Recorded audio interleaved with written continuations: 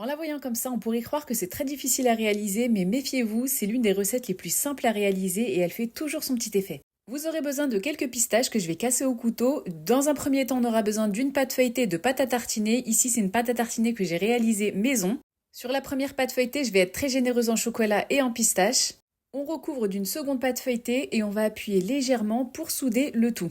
Ensuite, vous allez sortir le couteau le plus aiguisé que vous avez et vous allez détailler des petites lamelles d'environ 1 cm, 1 cm et demi.